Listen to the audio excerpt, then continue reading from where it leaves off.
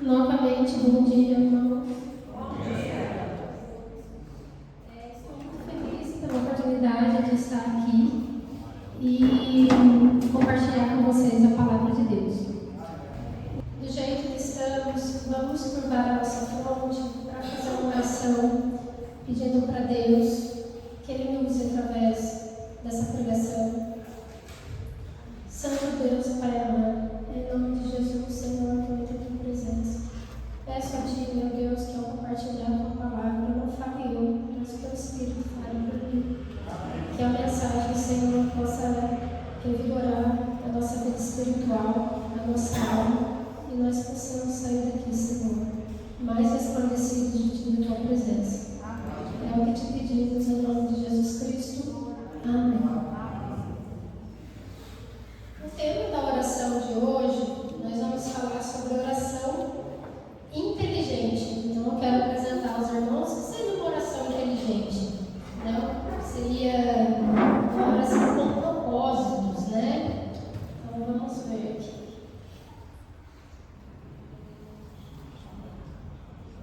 Mas sempre mais. Então, certo dia, Jesus estava orando em determinado lugar. Tendo terminado, um dos seus discípulos lhe disse: Senhor, ensina-nos a orar, como João ensinou os discípulos dele. Lucas 11, versos 1. Então, irmãos, nós precisamos aprender com Deus e com Jesus como orar, como fazer uma oração eficiente. É lógico que Deus ouve todas as orações, até aquela em silêncio, né? Está lá no nosso coração, a gente não consegue falar. Mas a gente sempre pode melhorar, né? E tem um verso da Bíblia também que diz assim, que pedir e não receber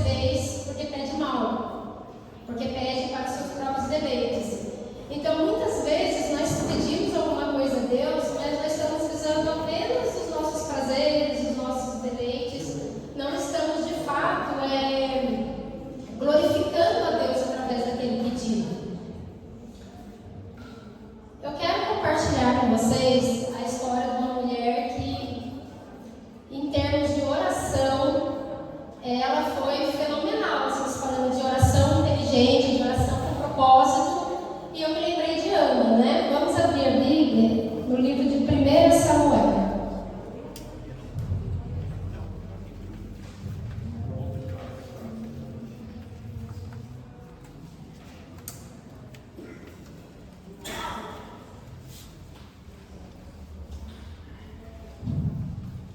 Amém? Então, 1 Samuel 1-10, vamos lá. Houve um homem em Ramataim Zofim, da região montanhosa de Efraim, cujo nome era Eucana, filho de Jeroboão, filho de Eliú, filho de Tou, filho de Zufi, Efranita. Tinha ele 2 mulheres, uma se chamava Ana e a outra se chamava Penina. Penina tinha filhos, Ana, porém, não tinha. Este homem subia da cidade de ano em ano a adorar e a sacrificar ao Senhor dos Exércitos em Siló. Estavam ali os 2 filhos de Eli, Hófni e Finéias, como sacerdotes do Senhor. No dia em que Eucana oferecia o sacrifício, dava a ele porções deste a Penina, sua mulher, e a todos os seus filhos e filhas. A Ana, porém, dava porção dupla, porque ele a amava, ainda mesmo que o Senhor a houvesse deixado estéril. A sua rival a provocava excessivamente para irritar, porquanto o Senhor lhe havia cerrado a madre. E assim o fazia ele de ano em ano. E todas as vezes que Ana subia à casa do Senhor, a outra irritava, pelo que chorava e não comia. Então Eucana, seu marido, lhe disse: Ana, por que choras? E por que não comes? E por que está de coração triste? Não te sou eu melhor do que 10 filhos? Após terem comido e bebido em Siló, estando Eli o sacerdote assentado numa cadeira, junto a um pilar do templo do Senhor, levantou-se, e Ana, com amargura de alma, orou ao Senhor, e chorou abundantemente. Então, vamos contextualizar a história de Ana, né? Ana era casada, o seu marido tinha uma esposa, sua outra esposa tinha uns filhos. Ana, porém, não tinha, mas Ana queria muito ser mãe. E a Bíblia fala aqui que o Senhor a tinha lhe tornado estéril. Então, olha, né? Deus tornou ela estéril, Deus cerrou a madre dela. Às vezes, irmãos, Deus cerra alguma coisa na nossa vida porque tem um propósito maior. Assim como tinha para Ana, porque através disso, Ana foi sendo direcionada a um novo caminho. A Bíblia diz que Penina, outra esposa de Eucana, tinha muitos filhos. Só que ela não era amiga de Ana, né? Ela era meio que tinha que conviver ali, né? Mas era um clima tenso, de rivalidade, né? Um clima hostil. Porque aí ela usava disso para ficar irritando Ana. E ela sabia o quanto Ana queria ser mãe, né? E o quanto ela já sofria por causa disso. A palavra do Senhor diz que ela não comia e não bebia. Tamanha era a aflição da tua alma. Todos nós também, irmãos, às vezes quando estamos passando aí por um momento já não muito fácil na nossa vida, tem uma penina ali, né?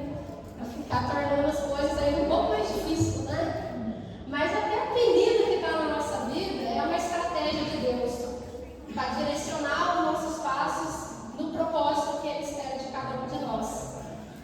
E assim, Penina, sem saber que ela estava ajudando a Ana, porque na verdade para ela queria irritar, né? Queria causar mais dor e sofrimento que essa mulher já tinha, mas sem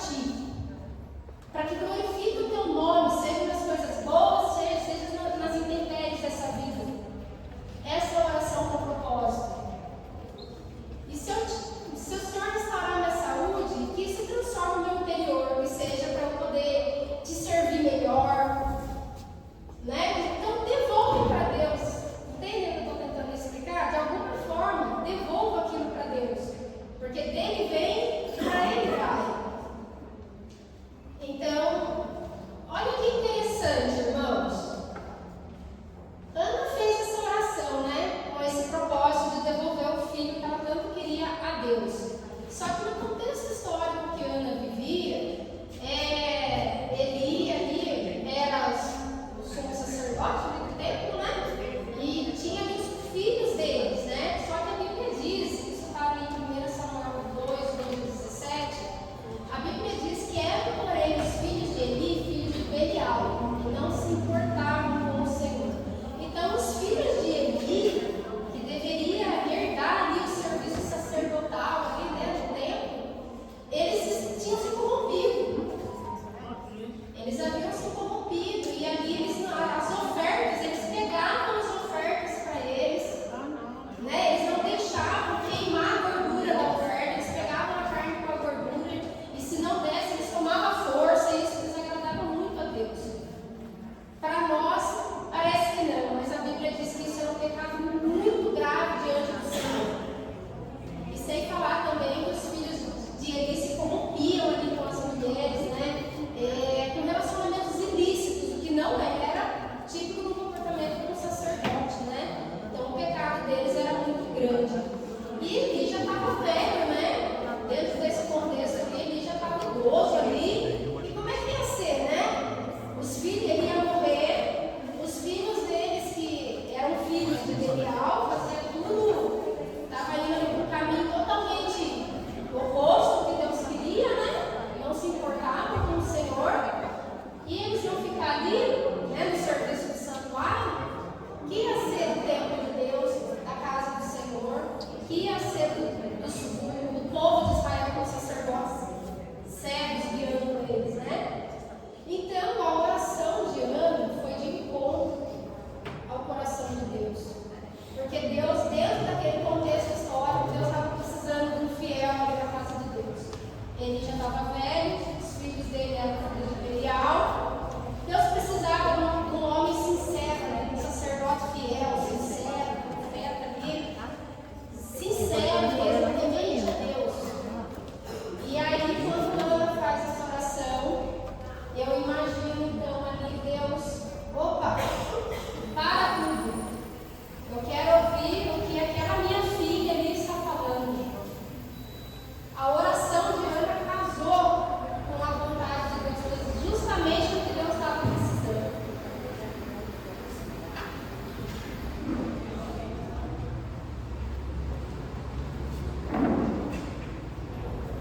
Aí, Ana embriagada de Deus, né? Vamos lá em 1 Samuel, na sequência ainda, 1:12 até o 17. Demorando-se a orar perante o Senhor, passou Eli, a observar o movimento dos lábios. Porquanto Ana só no coração falava, seus lábios se moviam, porém não se lhe ouvia voz nenhuma. Por isso ali Eli a teve por embriagada. E lhe disse: até quando estarás tu embriagada? Aparta de ti esse vinho. Porém, Ana respondeu: não, Senhor meu, eu sou mulher atribulada de espírito. Não bebi nem vinho, nem bebida forte. Porém, venho derramado a minha alma perante o Senhor. Não tenhas, pois, a tua serva por filha de Belial, porque pelo excesso da minha ansiedade e da minha aflição é que tenho falado até agora. Então lhe respondeu Eli: vai-te em paz, e o Deus de Israel te conceda a petição que lhe fizeste. Então ali o sacerdote Eli, né, ele confirma ali que vai em paz, que se for isso, Deus há de atender a sua oração. E ali, irmãos, na sequência linda, vamos no verso 18 agora. E disse ela: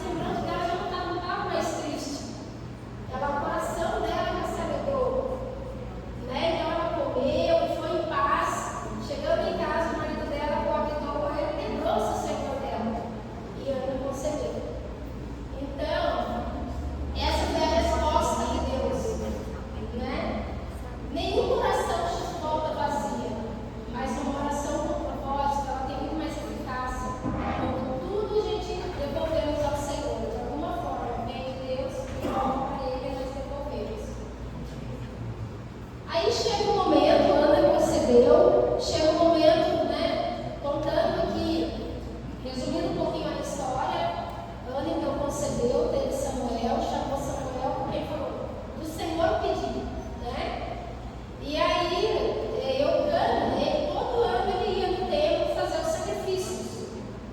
E aí ele pega e fala para Ana assim, vamos subir, né? Você vai entregar o menino? E aí ela fala, não, espera o menino desmamar, e assim que o menino desmamar, então eu subirei e farei a entrega diante do Senhor. Então, o menino, assim que o menino desmamou, a Bíblia diz que o menino ainda era muito pequenininho, né? Desde quando desmamou, então ela subiu ao templo com o seu marido, e ali ela fez a entrega de Samuel. Imagino que para ela deve ser um pouquinho difícil, né? Ainda mais que ela passou a vida da amamentação, com o menino, né? Com o filho, tão planejado, tanto queria, né? O único filho, ela não sabia, né? Se ela ia ter outros ou se ia ficar só com Samuel mesmo, né? Mas pela fidelidade dela a Deus, ela foi e entregou o menino. Pela fé, pela fidelidade, né? Porque da promessa que ela tinha feito a Deus, ela entregou o menino. Mas e aí, né? Será que a história ficou assim? Pedi um filho a Deus, para eu devolvesse, Deus me deu, eu entreguei, cumpri minha promessa, e acabou, meu filho ficou lá, todo ano ela subiu o marido, via Samuel, mas ficou longe dela. Não, irmãos, a história não termina aí. 1 Samuel 2,21 diz assim: visitou, pois, o Senhor a Ana, que concebeu, e deu à luz 3 filhos e 2 filhas. E o jovem Samuel crescia diante do Senhor. Então quer dizer que Ana teve mais, além de Samuel, mais 5 filhos, certo? 3 meninos e 2 meninas. E um consagrado, né? Consagrado a Deus mesmo, né? Lá no templo do Senhor, para restaurar ali, né? Aquele templo ali, né? Como profeta fiel de Deus, né? Então é isso, irmãos. Quando nós consagramos alguma coisa que pedimos em oração, fazemos um voto, uma promessa com Deus, além da oração se tornar mais eficiente, o Senhor, Ele é fiel ao extremo. Ele cumpre em abundância. Ele não cumpre só o que a gente pediu, vai além. Os planos do Senhor para a minha vida e para a sua vida, se nós nos entregarmos a Ele com propósito de vida, com consagração, não fica só no que a gente quer, não. Ele superabunda a graça, né? Vai além. Vai além, né? Deus faz mais, né? A palavra diz: agrada-te do Senhor, e Ele concederá os desejos do teu coração. Ana agradou a Deus e está aí o resultado, né? Então vamos lá. E quanto a Samuel, né? Mas como que era o menino Samuel? Menino Samuel, né? Como que ele era? Que tipo de pessoa ele foi se tornando? Como era o seu caráter, né? E o menino Samuel continuava a crescer, sendo cada vez mais estimado pelo Senhor e pelo povo.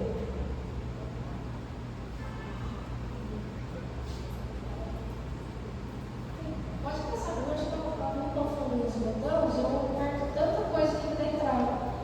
Então, aqui, ó, em Patriarcas e Profetas, no capítulo 25, Patriarcas e Profetas, no capítulo 55, na página 569, Ellen White, ela diz assim, ela fala um pouco do comportamento, de como era o menino Samuel. Samuel fora posto sob os cuidados de Eli, e a beleza de seu caráter suscitou a afeição ardorosa do idoso sacerdote. Era amável, generoso, obediente e respeitoso. Eli, aflito pelo descaminho de seus filhos, obtinha descanso, consolo e bênção na presença daquele que estava sob seu encargo. Samuel era serviçal e afetivo, e nunca, pai algum, amou seu filho mais ternamente do que Eli amou aquele jovem. Então esse era Samuel, né? Você vê que pensa, né? Consagrado do ventre mesmo, né? O menino era né, um comportamento, assim, um caráter, um comportamento, né, bom, né? Quem queria ter um filho como Samuel, né? Eu imagino que deve ser um desejo aí de toda mãe, de todo pai, né? Então, isso é o que acontece, né? Quando nós ali colocamos uma coisa diante de Deus com propósito, com consagração e esperamos também devolver, né, para Deus o que Ele dá para nós, né? Aí, como amanhã é Dia das Mães, né, eu queria fazer uma homenagem para as mães, né, para as mamães, e uma oração também especial. Então, tá aqui, né, mamãe, todas as mães, né, você significa muito. Feliz Dia das Mães a todas vocês. Aí, você pode dizer assim: eu nunca fui criada pela minha mãe, ela nunca me amou e me entregou para outra mulher. Aí o Senhor diz assim para você, ó, você teve duas mães, uma que lhe criou e lhe educou, mas você também teve uma que teve a coragem de abrir mão do fruto do ventre, daquilo que ela mais amava, para poder não ver você sofrendo. Sabe aquelas duas mães que estavam diante de Salomão? E Salomão manda partir a criança no meio, e a mãe verdadeira diz: não, deixa ela viva nos braços de outro, do que morta nos meus braços.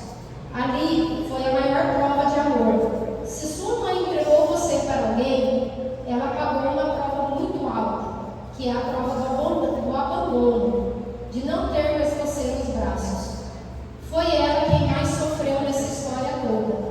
Pode ter certeza. Mesmo que você tenha sofrido muito, ela também sofreu. Aí você pode dizer assim, ó: mas minha mãe nunca foi boa. Ela judiava tanto de mim, mas sabia que tinha também um inimigo judiando dela. Tinha outra pessoa judiando dela. Ou até mesmo a mãe dela também judiou dela. E a maldição hereditária foi passando. Sim, o padrão se repetiu de geração em geração. Aí você pode dizer assim, ó: eu tenho um filho, mas eu sofro tanto com meu filho. Aí o Senhor diz assim para você: mas você tem a oportunidade de mudar a sua história. Você pode orar pelo fruto do seu ventre. Uma mãe gera duas vezes. A primeira é no coração e no ventre. Mas a segunda vez que ela gera é no joelho. Isso mesmo, é no joelho que você gera seu filho, após gerar no seu ventre. Nós sabemos que uma oração de uma mãe para um filho pode muito também seus efeitos, né? Por isso que a mãe gera no coração e no ventre, gera no joelho também. Aí você pode dizer: sou estéril, meu ventre é seco. Deus não me abençoou para ser mãe, e hoje estou muito triste, porque não dei um filho para o meu esposo.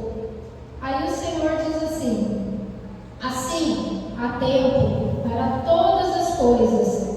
Tem mãe que gera no ventre, e tem mãe que gera no coração. E você pode ter sido a mulher que gerou no coração. Você pode partir para a adoção. Eu confesso aos irmãos, eu sou filha adotiva. A minha mãe me contou para mim quando eu tinha, acho que 11 anos, 11, 12, não me lembro.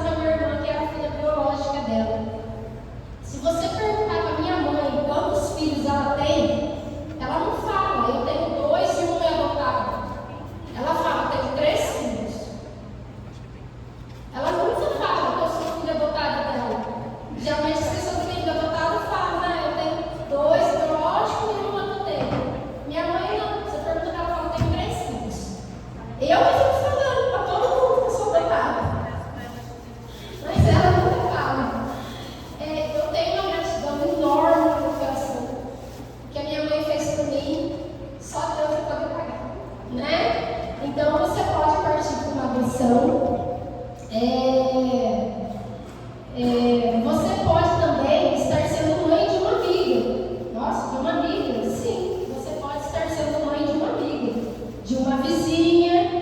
Alguém que já foi mãe de uma vizinha? De uma prima? Enfim, talvez você é mãe de alguém e nem percebeu, porque mãe transborda em amor. E eu tenho certeza que se você está na presença do Pai, você está transbordando com o amor de mãe na vida de alguém. Amém, irmãos?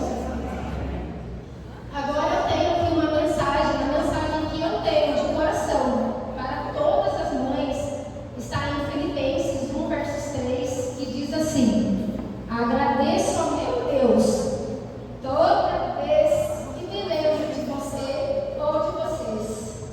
Eu agradeço a Deus toda vez que eu me lembro da minha mãe, que me criou como filha dela, que me amou, que nunca fez diferença, que cuidou de mim. E eu agradeço a Deus também toda vez que eu me lembro de uma mulher, ou que eu vejo uma mulher executando com excelência a maternidade. Quando a mulher está em falta com a maternidade, irmãos, a vida dela espiritual fica paralisada. Fica paralisada porque é a questão do cumprimento dos princípios, né? Deus te deu um ser para você devolver para Ele. Seu filho não é seu, ou seu filho do coração, como eu fui da minha mãe, que é afetiva, é do Senhor. Todos nós somos do Senhor, né? Tudo que é de Deus se volta para Deus, né? Então isso é muito importante. E quanto aos homens de plantão? E os homens de plantão que estão aqui, ore por sua esposa. Se você tem um filho, é porque teve uma esposa que se colocou para ser a mãe dos seus filhos. Então ore por ela. Tem que ter muita sabedoria para criar um filho nos tempos de hoje, que estão cada vez mais difíceis, né? Em todos os sentidos. Ore pela sua esposa. E você também tem uma mãe, né? Alguém que nasceu de chocadeira? Não? Todo mundo tem uma mãe? Seja uma mãe biológica, uma mãe de coração. Eu oro para minha mãe biológica também. A minha mãe adotiva, ela sofreu tanto o papel de mãe, que quando ela me contou, ela falou se eu queria conhecer a minha mãe biológica. Daí eu lembro que eu fiquei meio assim, sabe? Meio desnorteada, sabe? Não sabia nem o que eu falava, né? Aí eu peguei e falei assim, acho que sim. Aí ela falou para mim assim, mas e aí, como é que vai ser, né? Você vai ter duas mães, uma aqui, outra lá, né? Vai ter os irmãos aqui, os irmãos lá. E a gente era de São Paulo, né? Minha mãe biológica, segundo ela me contou, morava numa favela lá, tinha uma condição muito difícil. Minha mãe falou que ela me deu. Ela não tinha as condições de me cuidar. De cuidar de mim, nem financeiramente,